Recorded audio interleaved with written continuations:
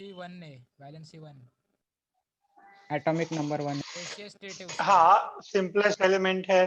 Gaseous state में। Gaseous state में। हाँ गैसियस। यस। मास उसका 1 10 है।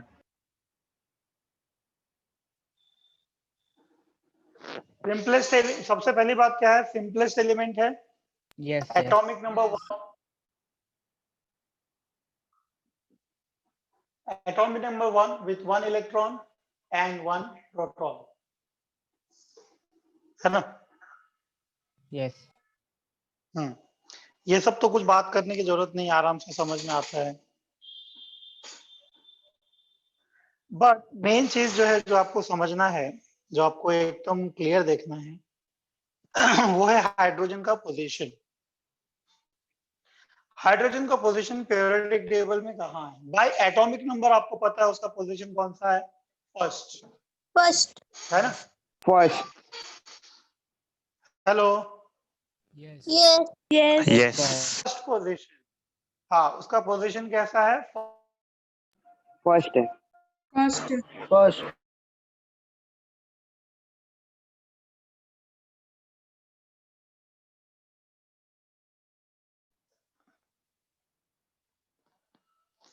हाँ, ऑडिबल है सबको? Yes sir yes. Yes sir. Yes ठीक है, चलिए देखिए अभी आप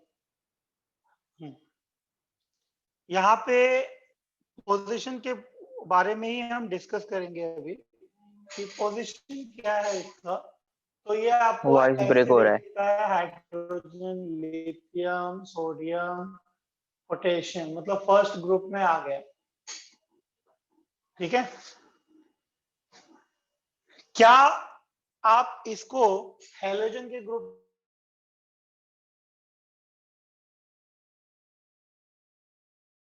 सिर्फ वॉइस नहीं आ रहा। Your voice is not coming. Voice में आ रहा है। फ्रीज हो गया है। स्क्रीन भी फ्रीज है voice is breaking. Sir. Yes sir. for him? Now I am free, Okay, sir. totally free. So we will discuss now the position of hydrogen.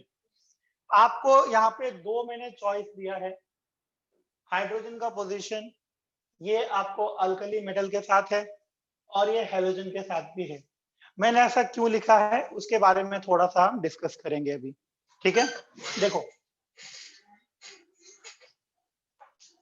Alkali metals में lithium का oxide form करो जरा, तो क्या होता है? Lithium oxide, yes. Sodium oxide. Yes Similarly you have hydrogen oxide, that means yes water. Water. Water. See resemblance देखो proper देखो, एकदम प्रॉपर दिख रहा है। Yes sir. Yes yes okay, highlight देखो, सीधा हाइलाइट हियर। सर थोड़ा डार्क लिखो ना। यस सर, बहुत फाइन दिख रहा है। बहुत लाइट आ रहा है। ये तो कैमरा पास लो सर। नहीं सर समझ एक रहा। मिनट नहीं दिख रहा है सर, नहीं दिख एक मिनट रुक जाइए। थोड़ा सा बड़ा लिखता हूं मैं। Li2O, Na2O and H2O। ये प्रॉपर तरीके से अगर अभी दिख रहा है बराबर? Yes yes yes yes yes sir. हाँ यस हाँ, Yes, एक sir. मिनट एक मिनट एक Yes. मिनट रुक जाइए। हाँ देखो इसमें ना अभी हाइलाइट का चेक करो, NaCl, sodium chloride, yes. Potassium chloride, and similarly you have HCl, HCl. Hydrogen chloride, yes sir. है ना। यस तो इसका मतलब ये है कि हाइड्रोजन जब रिएक्ट करता है तो वो बेसिकली फर्स्ट ग्रुप एलिमेंट के जैसा ही रिएक्ट करता है दूसरे एलिमेंट के साथ। ठीक है, यस तो हम ऐसा बोलते हैं, वी टॉक लाइक दिस, कि हाइड्रोजन जो है वो फर्स्ट ग्रुप के साथ मैच हो रहा है, ऐसा हमने बोला। ठीक है, अब ये जरा टेक्स्ट को कनेक्ट करने के लिए मुझे अपना लैपटॉप से कनेक्ट करना होगा, just wait for Yes, that. sir. हाँ, Yes. और ज्यादा टाइम नहीं लगेगा, ऑलरेडी कनेक्टेड है। 561530। हाँ, हो जाएगा।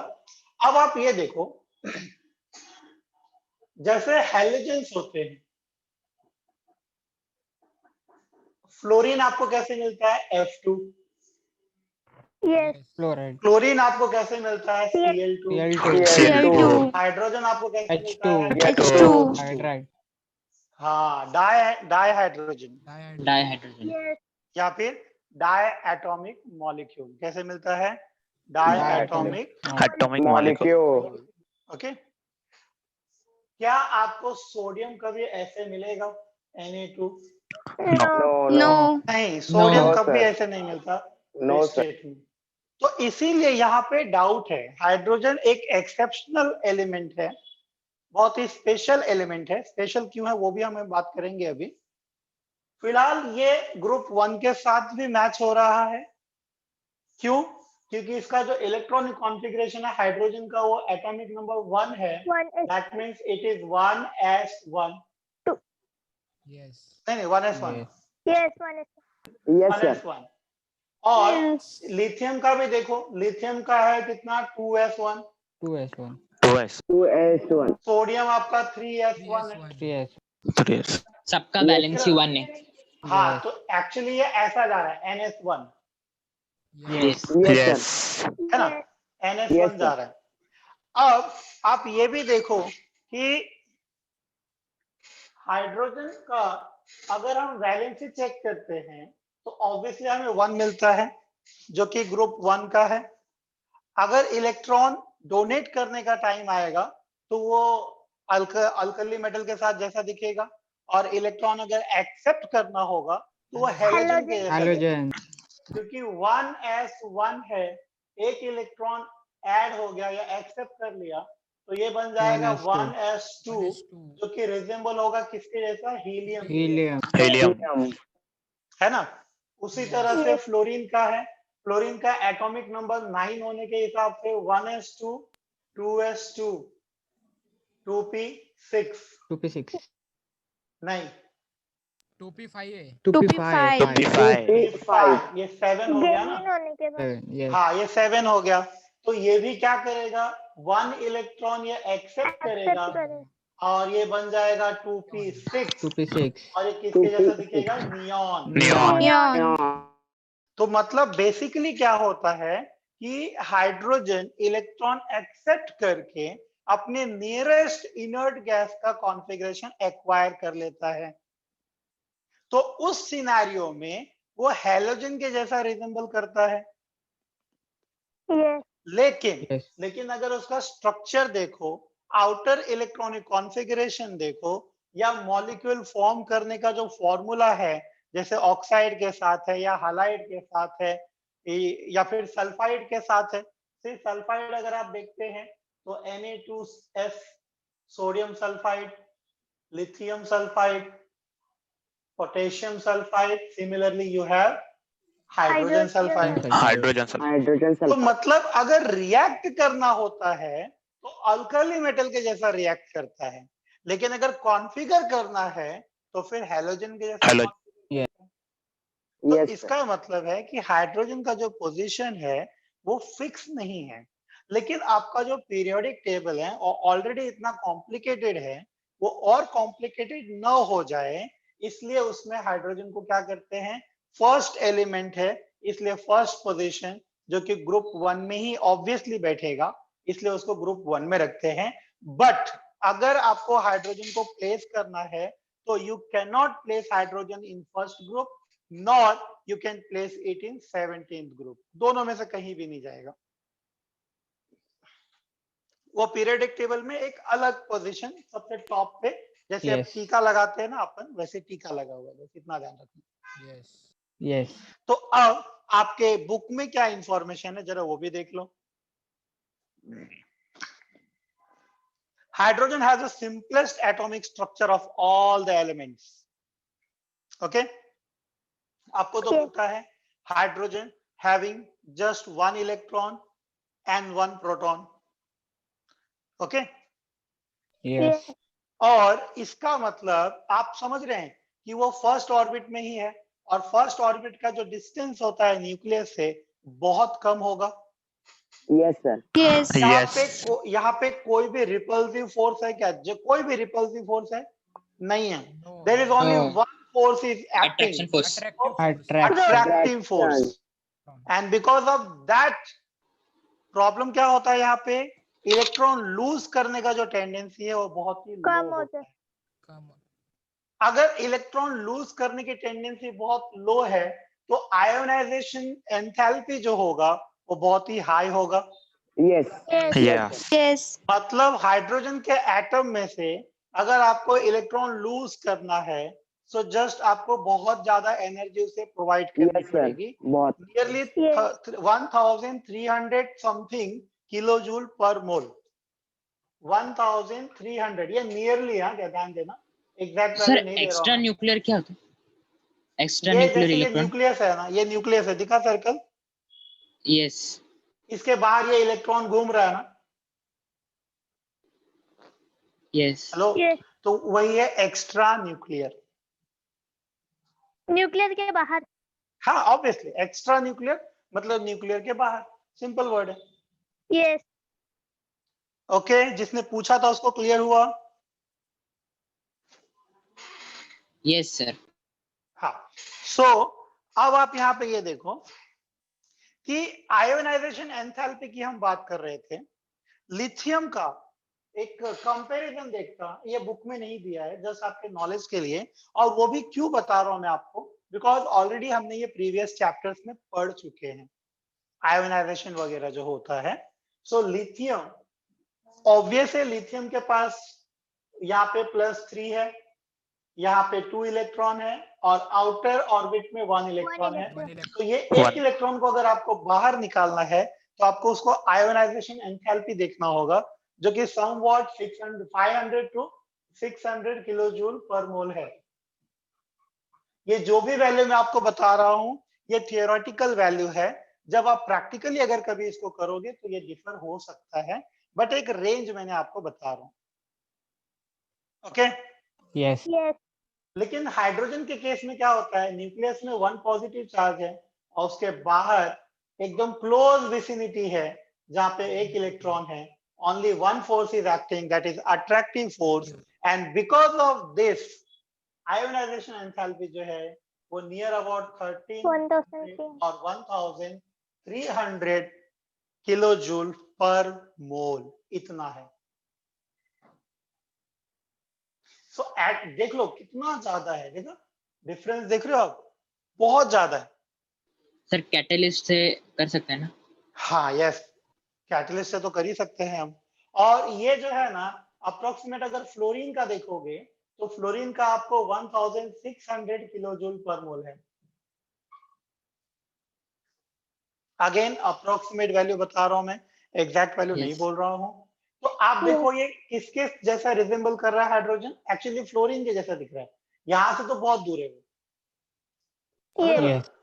हाँ, तो बस यही यहाँ पे रीजन है। और दूसरी बात क्या है, देखो यहाँ पे क्या लिखा है, hydrogen has a little tendency to lose electron, okay, but ये पेयर कर सकता है दूसरे एलिमेंट के साथ, ओके, और ये बना देता है कोवेलेंट बॉन्ड, क्योंकि इलेक्ट्रॉन गिव अप नहीं करेगा ना, क्योंकि सिंगल इलेक्ट्रॉन है, वो जल्दी निकलेगा नहीं, तो इलेक्ट्रॉन गिव अप नहीं करेगा, बट वैलेंसी भी है, उसको अपना इलेक्ट्रॉन कॉन्फ़िगरेशन एक्वायर भी करना है इनर्ट गैस का।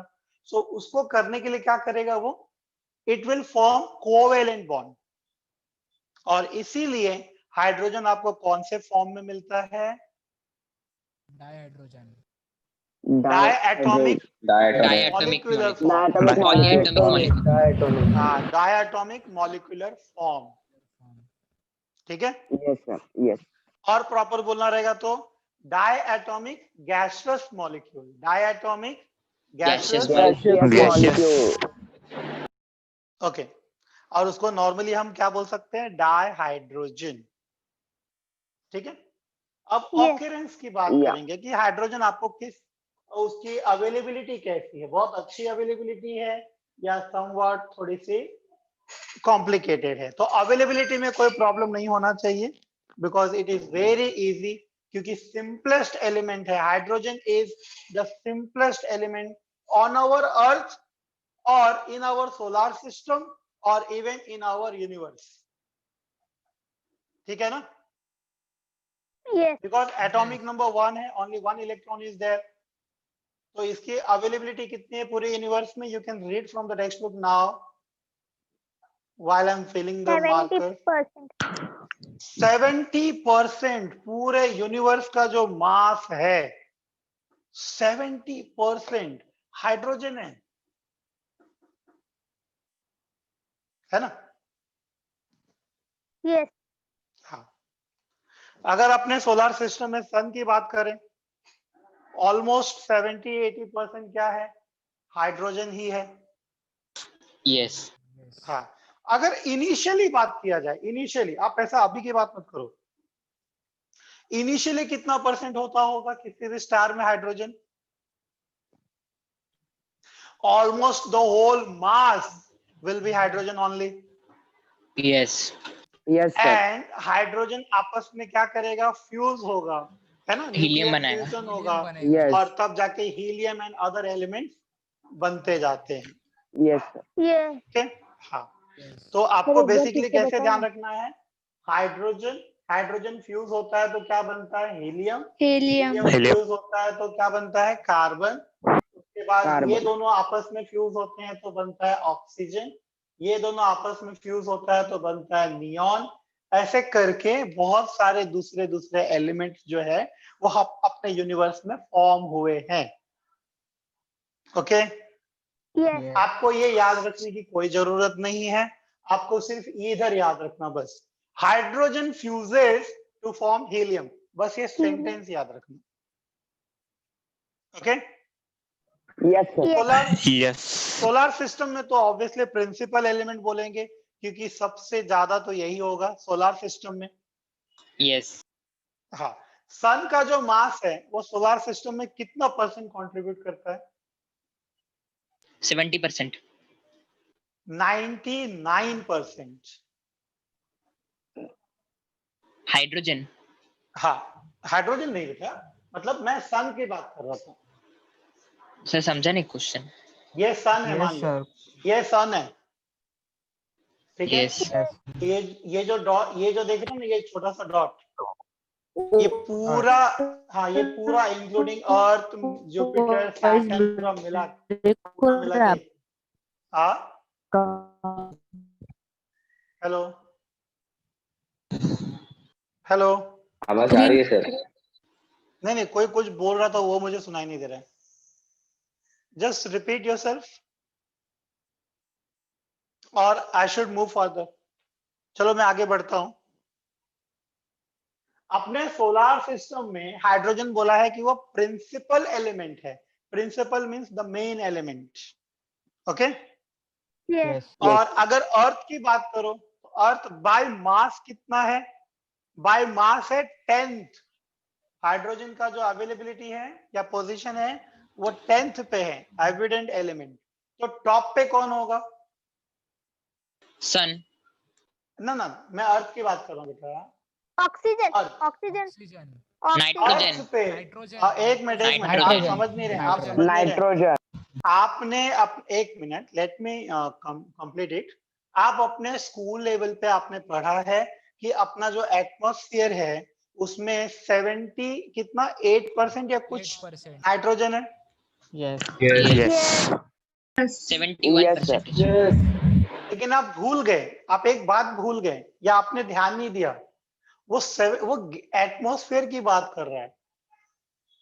जब Yes, बाय मास जब बात होता है ना, तो नाइट्रोजन का कितना है एटॉमिक नंबर? 7। 7. इसका कितना है? 8। 8. इसका एटॉमिक मास कितना है? 14। और इसका कितना है? 16। 16. ऑक्सीजन ज्यादा है ना? Yes. Oxygen. Yes. Yes. हाँ, बाय मास की बात कर रहा हूं मैं।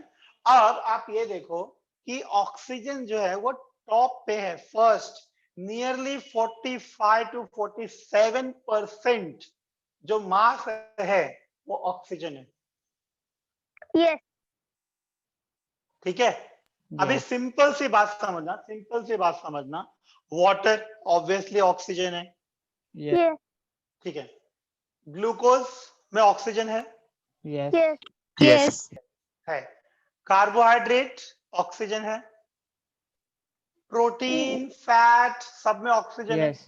Yes. Yes. यहाँ Yes. तक कि जिस घर में आप अभी रह रहे हो उसमें जो रेत सिलिका यूज करते हैं उसमें भी ऑक्सीजन है। Oxygen. So we are just surrounded by और सिलिका क्या है? ऑक्सीजन। हाँ, सिलिका क्या है? सिलिका यानी रेत होता है ना, रेत सीमेंट मिलाते हैं तो घर बनाते हैं, Yes, yes. Yes. सीमेंट वगैरह जो होता है, कंक्रीट जिसको बोलते हैं। Yes. सर मॉइस्चर को कंट्रोल करने के लिए। ना रे बाबा, सिलिका यानी रेत, वो रेत से ही तो आता है। पूरा कंक्रीट किससे बना है? रेत Yes. और सीमेंट मिला देते हैं ना, सैंड जिसको Yes. हम बोलते हैं, सैंड बालू, Yes. वो वही है सिलिका। वो सिलिकॉन नहीं है, वो सिलिका है। और वो सिलिका जो है उससे सिलिकॉन निकलता है और तब जाके आपके वो चिप्स बनते हैं जो सॉफ्टवेयर माइक्रोसॉफ्ट ये जो यूज करते हैं, माइक्रो प्रोसेसर्स वगैरह। ओजोन भी है, ओजोन। और ओजोन तो खैर है ही है, अगेन ऑक्सीजन। इसीलिए अच्छा, फर्स्ट पे ऑक्सीजन है, ऑक्सीजन के बाद आता है सिलिकॉन, फिर एल्यूमिनियम, ऐसे करके ऑर्डर बनता है। सारे जानने की जरूरत नहीं है, लेकिन आपको याद रखना है कि हाइड्रोजन का जो पोजीशन है वो 10th 10th पोजीशन है। ओके, और जब एटॉमिक बेसिस आएगा, एटम्स किसके सबसे ज्यादा है, तो उसमें ऑब्वियसली ऑक्सीजन ही जाने वाला है, लेकिन 3rd नंबर पे आपको मिल जाएगा फिर हाइड्रोजन। हाइड्रोजन। तो आप समझ रहे हैं कि अगर by atom, number of atoms की अगर बात करो, एक बार फिर से समझाइए ना। बता देखो, नंबर ऑफ एटम्स की अगर बात करो तो हाइड्रोजन का पोजीशन कितना है? 3rd। Third. और मास की अगर बात करो तो हाइड्रोजन का पोजीशन 10th। कितना है? 10th। 10th. दोनों में फर्क क्यों है, ये समझ में आ रहा है आपको? Yes. Yes. बिकॉज इसका एटॉमिक मास 1 ही है ना। Yes. ये Yes. बहुत ज्यादा होते हुए भी मास में ये बहुत कम है। Sir number of atom third कैसे? Third position. मतलब हाइड्रोजन पूरा फैला हुआ है ना आपका, फिर वही आ गया कार्बोनेट में, फिर प्रोटीन में, फैट में, हर जगह पे, वाटर में हाइड्रोजन ही है ना। Ammonia. फॉर एग्जाम्पल देखो, हाँ अमोनिया में फॉर एग्जाम्पल देखो, H2O की जब बात करो तो नंबर ऑफ एटम्स किसका ज्यादा है? Hydrogen. Hydrogen. 2 है, और ऑक्सीजन 1 है, तो रेशियो One. क्या बना? 2:1। 2s. लेकिन जब मास की बात होती है तो हाइड्रोजन का मास Oxy- कितना है? 2, 2. और ऑक्सीजन का 2. मास कितना है? 16। 16. 16. इसका मतलब 1:8 हो गया, 1:8. है ना।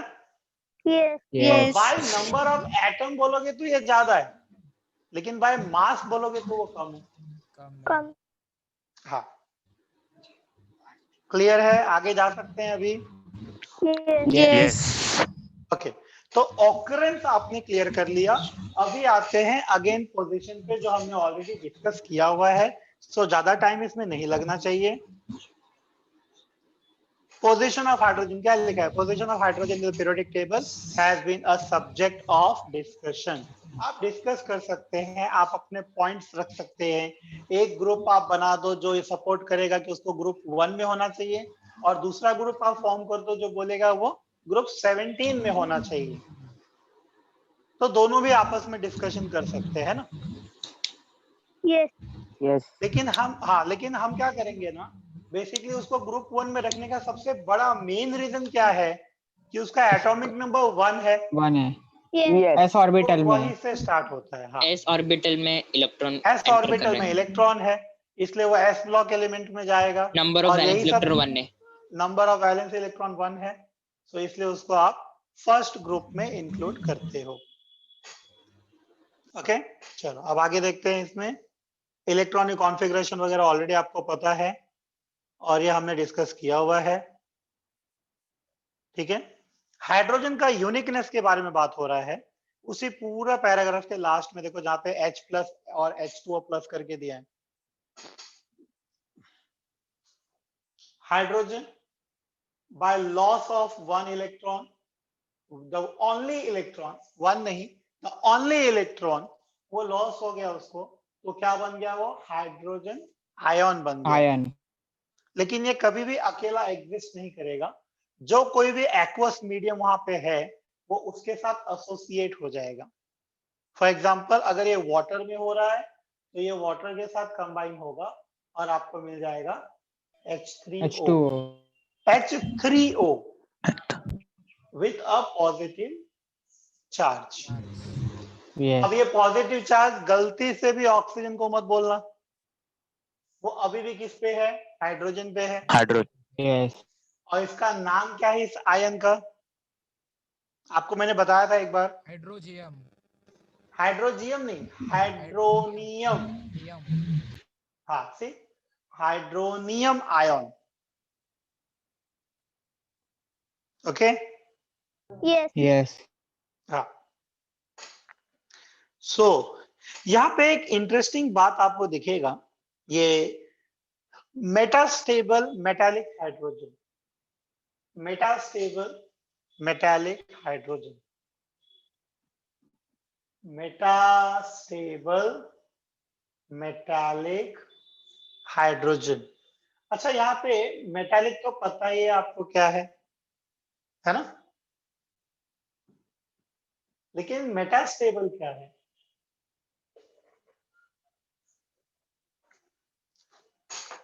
देख, किसी भी एलिमेंट का दो स्टेट आपको मालूम है।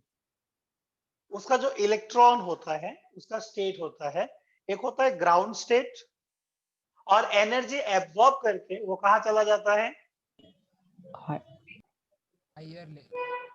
उसका नाम है, जैसे ये ग्राउंड स्टेट नहीं है, जो ग्राउंड स्टेट है तो वो एनर्जी एब्जॉर्ब करता है तो इलेक्ट्रॉन क्या हो जाता है?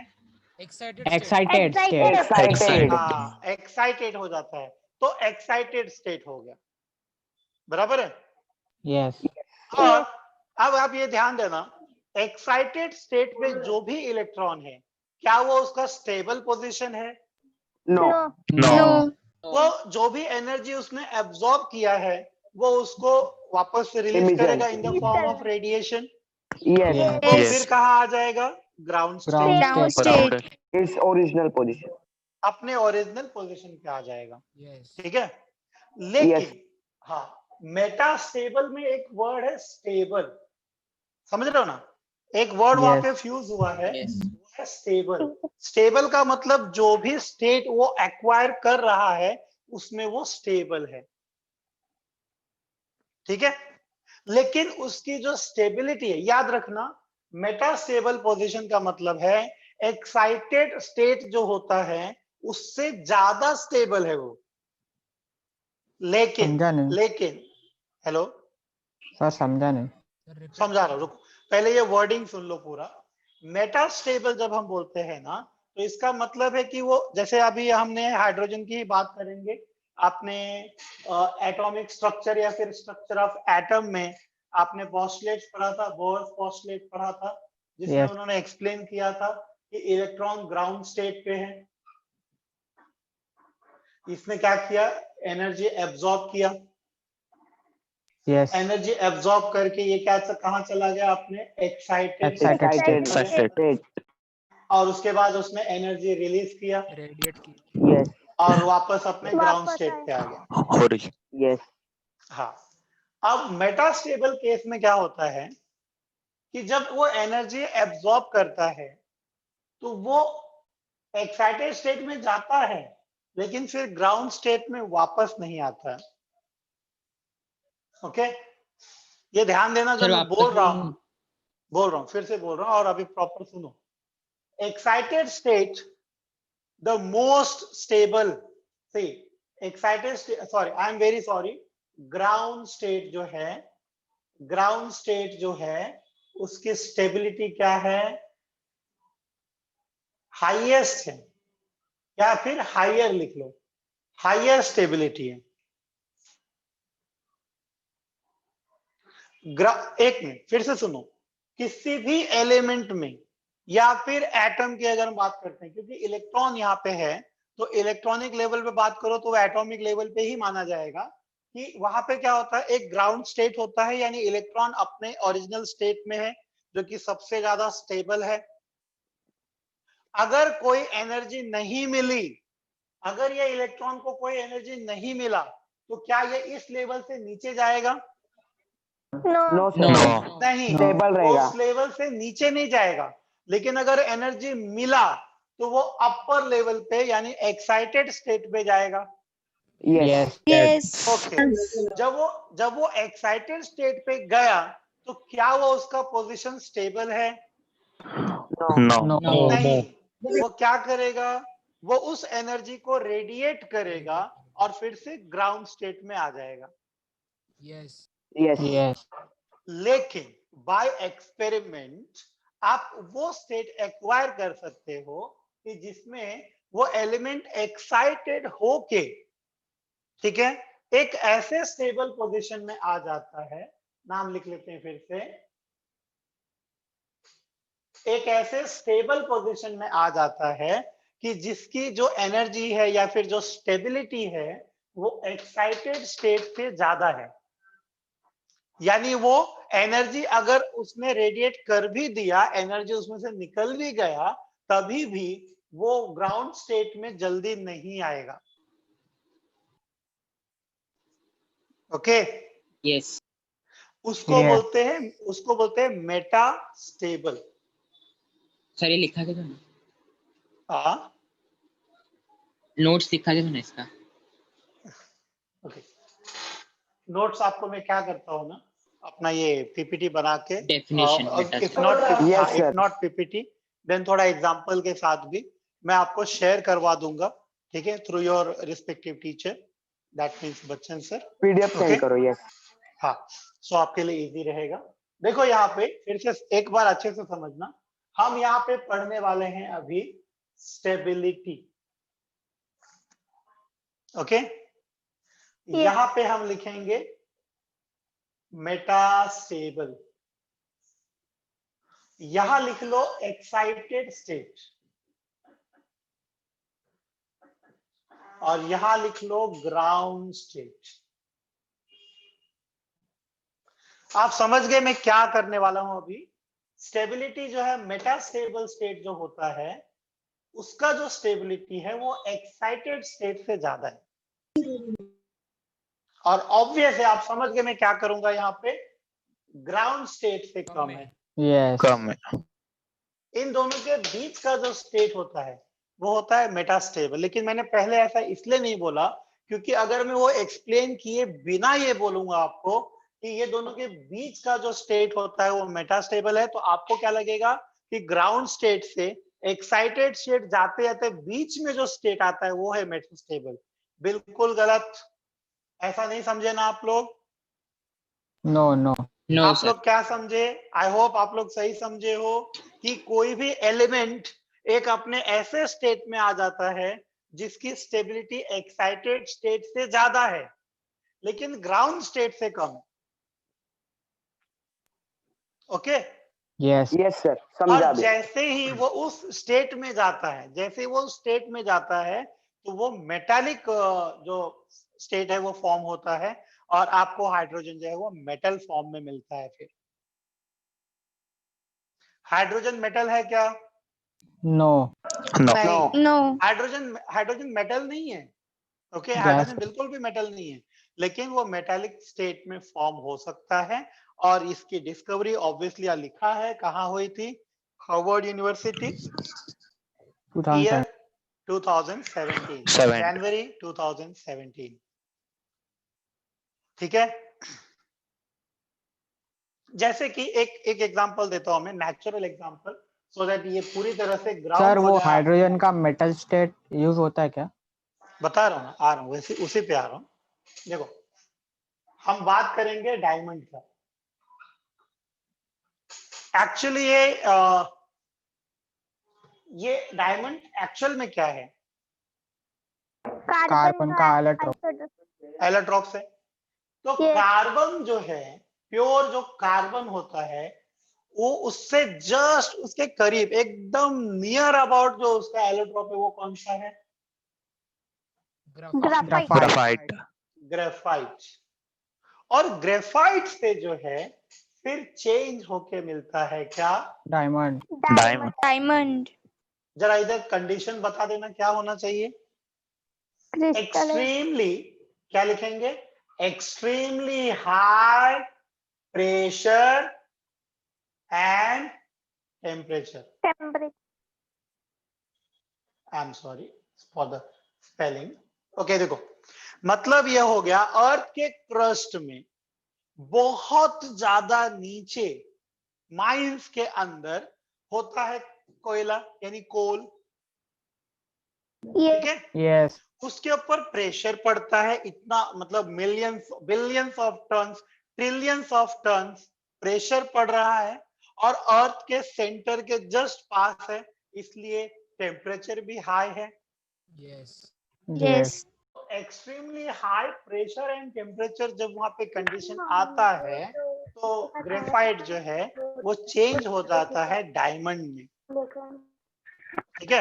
यस। ये जो डायमंड है ना, ये कार्बन का मेटास्टेबल स्टेट बोला जाता है। क्यों? क्योंकि फिर डायमंड अगर आप प्रेशर और टेम्परेचर हटा दो तो क्या वो फिर कार्बन हो जाता है? No no. No. No. Sir.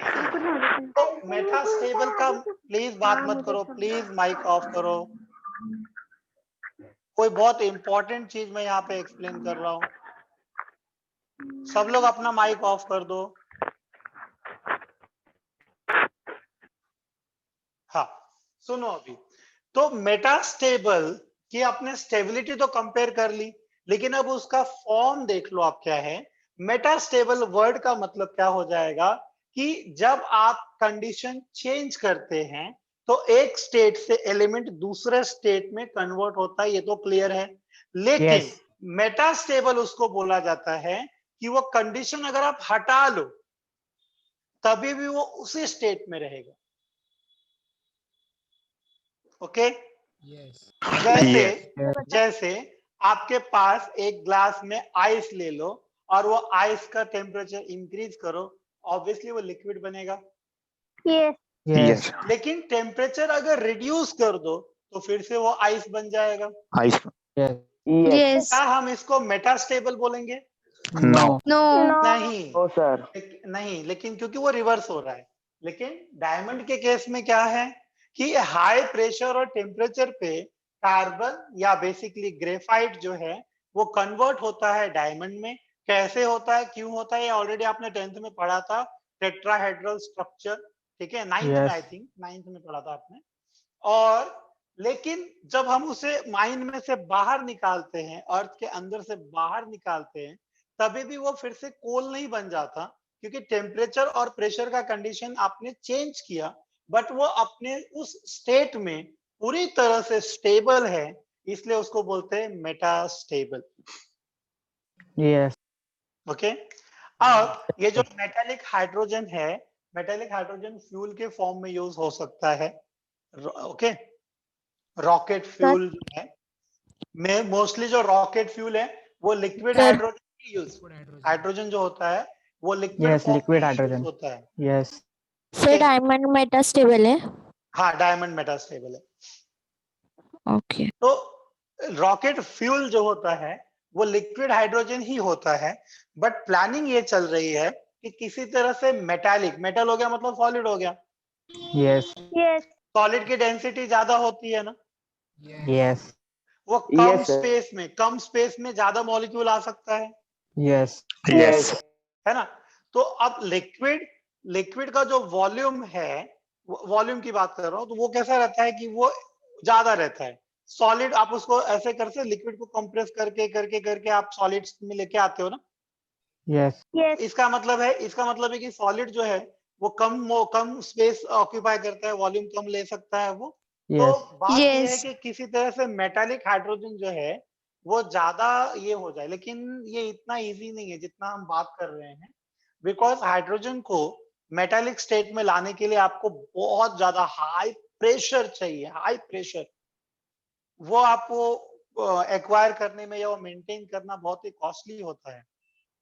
जैसे जुपिटर है ना, सर कैटलिस्ट से। नहीं, जुपिटर है, सैटर्न है, तो Yes. मोस्टली कैसा होता है कि खास करके जुपिटर में, जुपिटर का जो एटमॉस्फेयर है, हमको तो पता नहीं, लेकिन बाय थियरी हम आपको बता रहे हैं कि जुपिटर का जो एटमॉस्फेयर है, वो अपर जो एटमॉस्फेयर है वो बहुत ही ज्यादा, समझो कि आप बोल सकते हो लेस डेंस है, बहुत ही कम डेंसिटी है वहां पे, लेकिन उसका जो कोर है वहां पे मेटालिक हाइड्रोजन मिलता है। क्यों?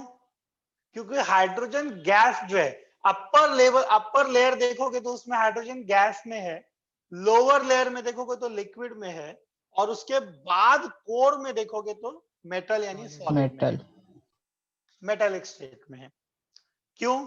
क्योंकि प्रेशर बहुत ज्यादा है। अर्थ पे उतना प्रेशर जो है आप लेबोरेटरी में कर सकते हैं, बट इंडस्ट्रियल लेवल पे आप नहीं कर सकते उसको। सर पूरा जुपिटर हाइड्रोजन और हीलियम से बना है ना sir? Not only hydrogen and helium, there are other many gases are there. हाँ, लेकिन बस, सैटर्न। हाँ बस जो है वो ज्यादातर वही मिलेगा आपको, क्योंकि गैस है ना। यस। हाँ, जुपिटर आपके लिए क्या रोल प्ले करता है?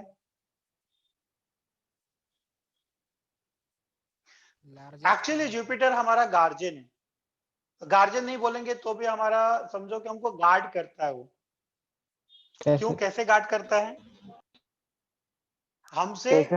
मतलब जितने भी एस्टेरॉइड्स ये सब जो है, वो अगर अर्थ के इसमें अगर आ रहे हैं, तो अर्थ के पहले वो किससे भिड़ते हैं, वो किससे काउंटर होता है उनका? जुपिटर से। जुपिटर एंड से। Because of massive gravitational force of attraction, वो जुपिटर के अंदर चले जाते हैं instead of coming to earth. Okay? Yes. और यस सर। सन का एक रिवोल्यूशन पूरा करने के लिए अप्रोक्सीमेटली 12 इयर्स का टाइम पीरियड लगता है जुपिटर को। 12 years। हाँ, अर्थ का जो ईयर है वो approximate 12 years. Yes. Massive, but हम उसकी बात नहीं कर रहे हैं, हम बात कर रहे हैं हाइड्रोजन की। ठीक है, हम आइसोटोप्स ऑफ हाइड्रोजन डिस्कस करेंगे, जो कि ऑलरेडी आई थिंक आपको पता होगा। आइसोटोप्स का मतलब क्या है आपको मालूम है? Am I Yes. right? Just tell Yes, what is sir. isotopes? Same atomic number Same but atomic number, different mass। atomic mass Different number. than atomic mass. Atomic number same, atomic mass different. Different. Different. Yes। Hydrogen के Differ. कितने isotopes हैं? Obviously आप देख सकते हैं book में। 2। Now tell कितने हैं, वो देखो बुक में कितने हैं। 2. 3 है। 3 है सर। 3. देखो कैसा रहता है मालूम है? Deuterium, सुनो, tritium, एक मिनट hydrogen। रुको रुको रुको रुको रुको, एक मिनट रुको, सुनो। मेरे 2 भाई हैं, मेरे 2 भाई हैं, लेकिन हम कितने भाई हैं? 3. 3 हुए ना? 3. तो अगर आपको कोई पूछेगा कि हाइड्रोजन के कितने आइसोटोप्स हैं, तो आप नॉर्मली कोई बोलेगा 2, लेकिन फिर आपको एक्सप्लेन भी करना पड़ेगा कि हाइड्रोजन अलग से है, लेकिन आप बोल दो 3, तो हाइड्रोजन और दूसरा क्या है? Deuterium. Deuterium. Deuterium, Tritium. Tritium. और tritium. Deuterium and Tritium. Tritium. Tritium. Okay, difference किसकी वजह से आ रहा है? Number of only neutrons. Neutron की वजह से आ रहा है, Yes। यस। न्यूट्रॉन की वजह से आ रहा है।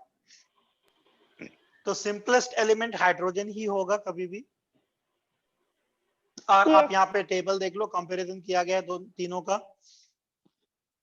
पहला 3-4 कॉलम की बात नहीं करेंगे, एविडेंस यानी अवेलेबिलिटी की बात करेंगे। तो सबसे ज्यादा तो ऑब्वियसली हाइड्रोजन है। रेयर कौन सा है? Trace. ट्रेस मतलब उसको आप वहां पे 0.00000 समथिंग लिखोगे ना, तो इसलिए बोलते हैं ट्रेस अमाउंट है, मतलब एकदम ना के बराबर। और हाइड्रोजन नाक के बराबर है। अच्छा, इसमें ये भी याद रखना कि ट्रिटियम जो है वो रेडियो एक्टिव है, और उसका हाफ लाइफ जो है वो कितने टाइम का है? 12.4 इयर्स का। हाफ लाइफ पीरियड पता है ना आपको? नो। No sir. No. अच्छा तो No. सुन लो, No, अभी नाम आ sir. गया तो सुन लो। तो चलो उसके ऊपर डिस्कस कर लेते हैं और फिर अपना लेक्चर खत्म करेंगे उसको। तो क्या आपको ये मालूम है रेडियो एक्टिविटी यस। यस। मालूम है? अगर हम कार्बन के लिए बात करेंगे, कार्बन 12 है और कार्बन 14 है, और भी है पता, लेकिन कार्बन Yes. 14 क्या है? कार्बन 13 भी रेडियो है। एक्टिव। हाँ, 13 भी है, चलो, लेकिन कार्बन 14 क्या है? रेडियो एक्टिव है। यस। Yes. Okay. तो कार्बन 14 अगर मैं आपको 1 किलोग्राम कार्बन 14 लाके दे दूं, मतलब कोयला कार्बन 14 लाके दे दूं, तो इन अ स्पैन ऑफ 5500 ईयर्स, मैं यहाँ पे राउंड फिगर समझने के लिए 5000 लिख रहा हूं, 5000 ईयर्स में ये जो 1 केजी है ना, वो हाफ केजी हो जाएगा। दैट मीन्स कैसे सर? 500 ग्राम। अब होगा कैसे? तो ये क्या करते हैं ना, जैसे मान लो ये अगर रेडियो एक्टिव है तो इसके अंदर से रेडिएशन निकलते रहता है, और वो रेडिएशन और कुछ नहीं होता, उसका जो मास है, एटॉमिक मास जो है, वो कन्वर्ट हो जाता है रेडिएशन में, alpha radiation, gamma radiation, beta radiation, जो आपने पढ़ा है यस। रुदरफोर्ड वाले सेक्शन में पढ़ा था आपने। यस। तो वो Yes. हाँ, जो मास है, मास कन्वर्ट हो जाता है रेडिएशन में, और धीरे धीरे वो रेडिएट होते रहता है और उसका मास रिड्यूस होते रहता है। जैसे कपूर है ना, यस। Sublimation. अपने आप उसका मास रिड्यूस होते जाता है, Yes. Yes. लेकिन गलती से भी उसको रेडियो एक्टिव मत समझना। वो रिड्यूस क्यों होता है तो आपको पता है कि Sublimation. सब्लिमेशन होता है। Sublim- यस, वहां पे रेडियो एक्टिविटी जैसा कुछ नहीं है, लेकिन कार्बन 14 जो है वो रेडियो एक्टिव होता है। 1 kilogram of carbon 14 with in a span of 5000 years वो हाफ केजी हो जाएगा। तो अब मुझे बताओ, अगले 5000 ईयर्स में कितना कार्बन बचेगा आपके पास? जीरो। Zero. Zero. जीरो बचेगा। KG. Yes. Zero zero KG. बचेगा। Yes. अब सुनो, अब आपको हाफ लाइफ पीरियड याद हो जाएगा जो आप सुनने वाले हो। जितना भी अमाउंट आपके पास है अभी, क्वांटिटी जो अभी है 5000 ईयर्स में, वो उसका हाफ हो जाएगा। मतलब 1 केजी था तो 5000 ईयर्स में वो 500 ग्राम हो गया। तो जरा अब मुझे बताओ, अगले 5000 ईयर्स में वो कितना रहेगा? Zero. और हाफ Zero. जीरो नहीं होगा, वो Yes, sir. उसका हाफ हो जाएगा। समझा नहीं। यस। ओके, रेडियो एक्टिविटी वाला कोई तो चैप्टर होगा आपको, अभी देखते हैं जरा उसको। फिलहाल आप यहाँ Yes, पे sir. समझिए, यहाँ पे समझिएगा। समझा। क्यों होता ये है ना समझा। कि, हाँ, जिसको नहीं समझा उसके लिए बोल रहा हूँ, होता ये है यहाँ पे कि कोई भी एलिमेंट जो है, अगर वो रेडियो एक्टिव है तो वो अपने मास का, करंट मास जो है उसका हाफ हो जाता है वो कुछ पीरियड में। अब किसी के लिए 1 ईयर का होता है, किसी के लिए 5000 ईयर्स का होता है, किसी के लिए 12 का होता है, किसी के लिए 1 डे भी होता है। ओके, कार्बन का मैं इसलिए बता 1 रहा आवर हूँ, भी होता है ना? हाँ 1 आवर भी होता है।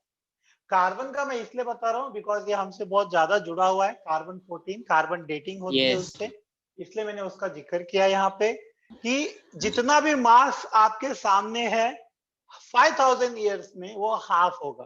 तो अगले 5000 में वो खत्म नहीं होगा, जितना है उसका हाफ होगा, वो हाफ होते रहेगा, वो कभी खत्म नहीं होगा, ये याद रखना। लास्ट एटम जो बचेगा तब जाके वो खत्म होगा, मतलब मिलियंस ऑफ ईयर्स लग जाएंगे उसको खत्म होने में। Okay, yes. Yes. इसीलिए इसको हाफ लाइफ पीरियड बोलते हैं।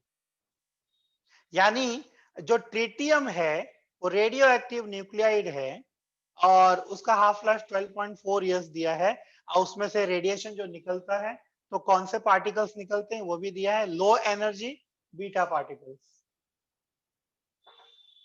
Okay, low energy beta particle, sir वो बीटा नेगेटिव में पार्टिकल सर हाँ वो नेगेटिव साइन के ऊपर। क्योंकि बीटा पार्टिकल एक्चुअल में इलेक्ट्रॉन होते हैं। Yes okay, yes alpha particle जो है वो प्रोटॉन होते हैं और गामा पार्टिकल जो है वो न्यूट्रॉन न्यूट्रॉन। होते हैं। न्यूट्रॉन न्यूट्रॉन न्यूट्रॉन तो एक्चुअली उनकी एनर्जी बहुत लो होती है और जो अल्फा पार्टिकल्स निकलते हैं तो उनकी एनर्जी हाई होती है। उनका गामा का? आयोनाइजेशन और ज्यादा हाई होता है और उनका आयोनाइजेशन पावर भी बहुत ज्यादा होता है गामा का। ओके, आपने देखा था ना ये अपना एवेंजर्स में एंड गेम में। नो क्या? देखा नहीं देखा सर, देखा हाय नहीं आपको मैंने। एवेंजर्स नहीं देखा तूने, एंड गेम नहीं देखा तूने, नहीं कोई सर। बात नहीं, कोई बात नहीं। मर गया। सर बोलो सर, बोलो एक्चुअली सर। रेडिएशन वाला उसमें जो अगर आप कभी देखोगे दोबारा तो उसमें देखना रेडिएशन का बात होता है, gamma radiation. The Hulk, the body of the Hulk उससे बनता है। इज मेड हाँ up sir, of gamma radiation से बना है। गामा रेडिएशन, ठीक है। और इसीलिए वो जब भी जो टोनी स्टार्क है आयरन मैन जब भी वो स्नैप करता है, ओके, यस तो देखो गामा रेडिएशन इतना ज्यादा निकलता है उसमें से कि वो हाथ- उसको कंट्रोल नहीं कर पाता और वो मर जाता है। यस बट वो सर एक बार दिखाओ ना हाइपोथेटिकल फिर। क्या हुआ? पिक्चर दिखाओ तुम लोगों को। सर हाइड्रोजन फ्यूजन किया तो ब्लास्ट हो सकता है नहीं नहीं, ब्लास्ट क्यों होगा? सर? आपको हाइड्रोजन कंट्रोल कर, बॉम्ब में आपको वो, हाँ तो हाइड्रोजन बम में वो एक्सप्लोड होता है ना। हाइड्रोजन बम का मतलब कैसा है देखो, अभी जैसे एटॉमिक रिएक्टर में आपने 10th में पढ़ा था, इलेक्ट्रिसिटी जब हम जनरेट कर रहे होते हैं तो यूरेनियम में क्या करते हैं, हम न्यूक्लियर फिशन करते हैं, बराबर है। यस यस तो जब हम न्यूक्लियर फिशन करते हैं तो हम एक्चुअली उसको कंट्रोल करते हैं उस फिशन को, नहीं तो वो भी ब्लास्ट हो जाएगा। Yes sir yes yes yes yes तो बोरॉन स्टील और हाइड्रोजन, कैडमियम रोड से कंट्रोल हाँ हाँ यस, यस जब हम बॉम्ब की बात करते हैं ना तो हम चाहते हैं कि हम ये कंट्रोल ना करें। यस बॉम्ब आप ड्रॉप क्यों करोगे? बिकॉज एक्सप्लोड होने के लिए, तो उसको क्यों कंट्रोल करना, यस सर यस है ना। लेकिन अभी देखो, अभी सिंपल है, अगर न्यूक्लियर फिशन कंट्रोल नहीं हो सकता था तो सन कब का ब्लास्ट हो जाता, बिकॉज Yes. उसमें होता क्या है, उसमें होता तो फिशन ही है ना।